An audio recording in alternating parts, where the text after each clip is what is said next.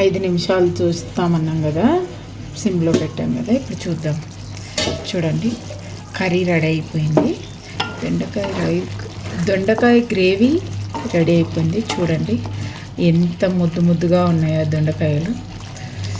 ఇలా ఒక ముద్ద అన్నం పెట్టుకొని, మనం దీంట్లో జీరా రైస్ కానీ ఏ రైస్ పెట్టుకున్నా బాగుంటుంది. ఒక ముద్ద అన్నం పెట్టుకొని ఇది కొంచెం నలుచుకొని తింటుంటే వా సూపర్ ఉంటుందండి, అదిరిపోతుంది అసలు. దీంట్లో మనం పెరుగు యాడ్ చేయాలో లేదో ఒకసారి టేస్ట్ చేస్తాను.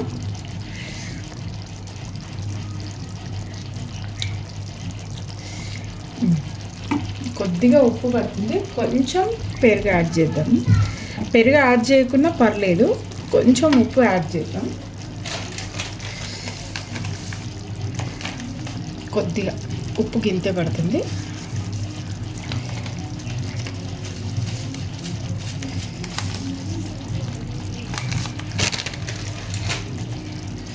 ఇంకా మనం బౌల్లోకి తీసేసుకుందాము.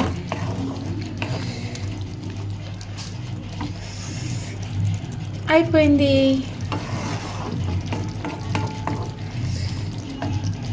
చూడండి ఎంత ముద్దుగా అనిపిస్తుంది కదా, ఇప్పుడే తినేసేయాలా అనిపిస్తుంది. సూపర్ ఉందండి. దీంట్లో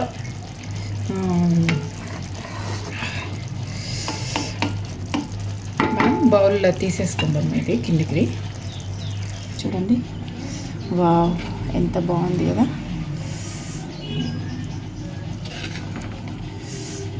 చూస్తుంటే నోరు అనిపిస్తుంది. దొండకాయ చాలా హెల్త్కి చాలా మంచిదండి. గరం ఉంది, మొత్తం ఒకేసారి వేసేస్తాను అండి. Welcome to Rudramma kitchen. నేను ఈరోజు దొండకాయతో గుత్తి వంకాయ చేస్తున్నాను. దొండకాయని ఎలా కట్ చేసుకోవాలో చూపిస్తానండి. ఇలా ముందల వెనక తీసేసి మనం ఒక ప్లేట్ పెట్టుకొని దొండకాయని ఇలా, సారీ అండి కరెక్ట్గా రాలేదు, ఇంకొకటి చూపిస్తాను. మన నేత దొండకాయలు అయితే బాగా వస్తాయి. ఇలా కట్ చేసి అన్నీ ఇలాగే కట్ చేసుకోవాలి. ఇది ఇలా, ఇది ఇలా అయితే మన ముక్క ఇరగదనమాట. దీన్ని మంచిగా నూనెలో ఫ్రై చేసుకొని సేమ్ గుత్తు సూపర్ టేస్ట్గా ఉంటుందండి. ట్రై చేద్దాం. ఇవన్నీ కట్ చేసేస్తాను. చూడండి, కడాయి పెట్టుకున్నాను. మనం ఇప్పటిదాకా కట్ చేసాం కదా, ఇట్లా కట్ చేస్తే ఇది క్రాస్లో కట్ చేయాలన్నమాట. మనకు ఇది ఇరగకుండా ఉంటుందన్నమాట. మనకు ఫ్రై అయినాక కూడా ఇరగదనమాట, అటు ఇటు కాదనమాట. ఇగో ముందే కడిగాను, నేను కడిగి కట్ చేశాను అనమాట. ఇప్పుడు కడాయిలో ఆయిల్ వేసుకుందాము.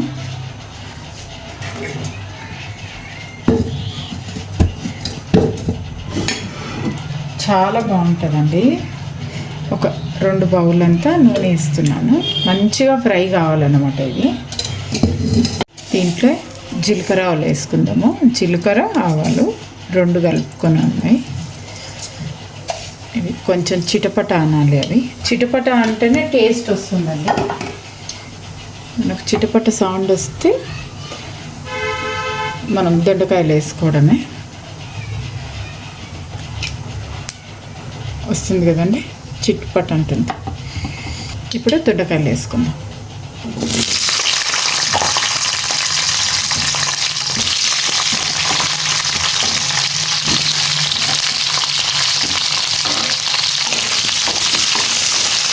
మంచిగా నూనెలో బాగా ఫ్రై కావాలి.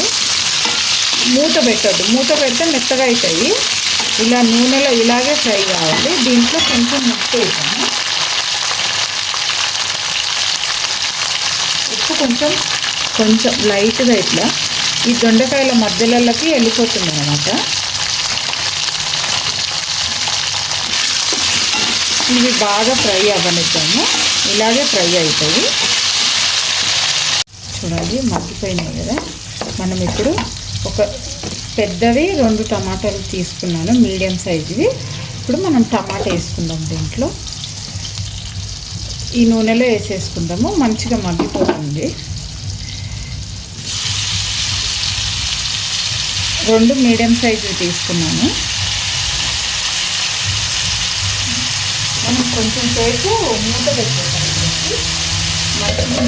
అయిపోతుంది. దీంట్లోనే కొంచెం పసుపు, అప్పుడు ఉప్పు తక్కువ వేసాను కదా, ఇప్పుడు మళ్ళీ ఉప్పు తగినంత వేసుకోండి. ఇది కొంచెం ఇలా అనేసి మనం మూత పెట్టేద్దాము. ఇది టమాటా అంతా మ్యాష్ అయిపోతుంది అన్నమాట, నూనెలో కదా మ్యాష్ అయిపోతుంది. మూత పెట్టాలి. ఒకసారి చూద్దామండి.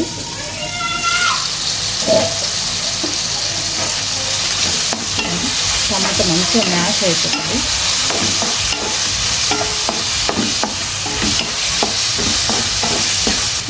ఇది కొంచెం సేపు ఉడక వరకు దొండకాయ కూడా మెత్తగా అయిపోతుంది అన్నమాట. ఇప్పుడు దీంట్లో కారం వేసుకుందాము. నేను ఒక స్పూన్ అంతా కారం వేసుకున్నాను. ఇది పెద్ద స్పూన్ లానే ఉంటుంది. ఇది చూడడానికి చిన్నగా అనిపిస్తుంది, పెద్దగానే ఉంటుంది. ఇంకొక సగం స్పూన్ అంతా కారం వేసుకున్నాను. దీంట్లోనే ధనియాల పౌడర్ కూడా వేసుకుందాము. సగం స్పూన్ అంతా ధనియాల పౌడర్ వేసాను. గరం మసాలా కూడా వేసుకుందాము. నేను ఎవరెస్ట్ గరం మసాలా వాడుతున్నాను, బాగుంటుంది గరం మసాలా వేస్తే. ఇప్పుడు దీన్ని మంచిగా కలుపుకొని కొంచెంగా ఉప్పు కారం దొండకాయలకు పట్టనిద్దాము. అప్పుడు ఉప్పు ఒకటే పట్టుకున్నది కదా, ఇంకా కొంచెంగా ఈ పెద్ద పెద్ద ముక్కలు ఉన్నాయి కదా, ఇవి కూడా నూనెలో మ్యాష్ అయిపోతాయి అన్నమాట, మగ్గిపోతాయి బాగా. చూడండి ఎంత మంచిగా అనిపిస్తుంది కదా దొండకాయని చూస్తుంటే.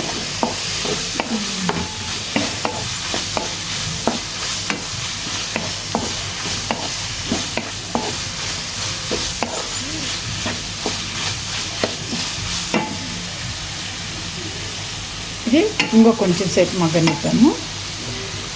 ఇప్పుడు మనము ఒక గుప్పెడన్ని పల్లీలు తీసుకున్నాను. గుప్పెడ అంటే గుప్పెడ తీసుకున్నాను. ఇవి పౌడర్ చేద్దాము. చూడండి ఇలా చేశాను. ఇప్పుడు దీంట్లో వేసుకుందాం మనము. ఎంత నూనె ఎంత మంచిగా తేలి, ఎంత కానీ మస్తుగా అయిపోయింది దొండకాయ. ఇప్పుడు మనం గ్రేవీకి వేసుకుందాము. నేను టమాటాలు వేసిన కదా 2 మీడియం సైజు, అందుకే నేను చింతపండు వేయలేదు. ఎందుకంటే టమాటా పులుపు కొంచెం మనం లాస్ట్కి ఎండింగ్లో కొంచెం పెరుగు వేసుకుందాము. అది పడితే వేసుకుందాం, లేకపోతే లేదు.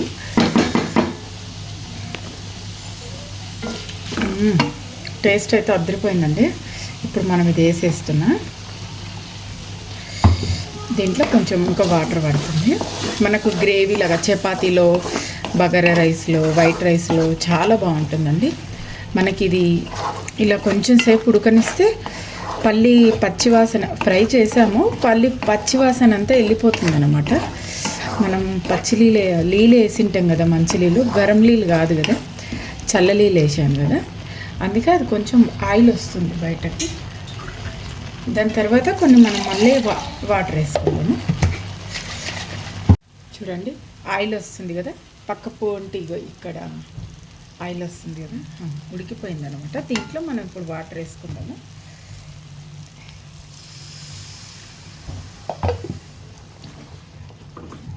ఇది కొంచెం మనకు ఆయిల్ సిమ్లో పెడదాము, జల్దీ వస్తుంది అనమాట.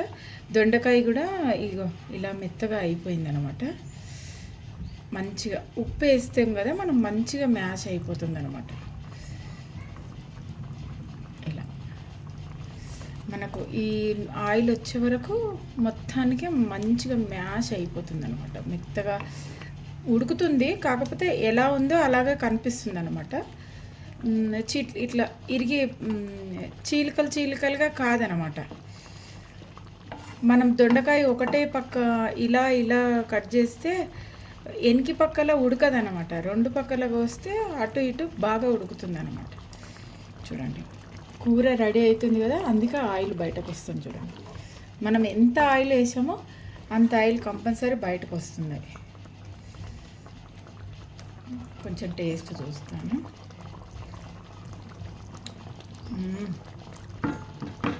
సూపర్ ఉందండి.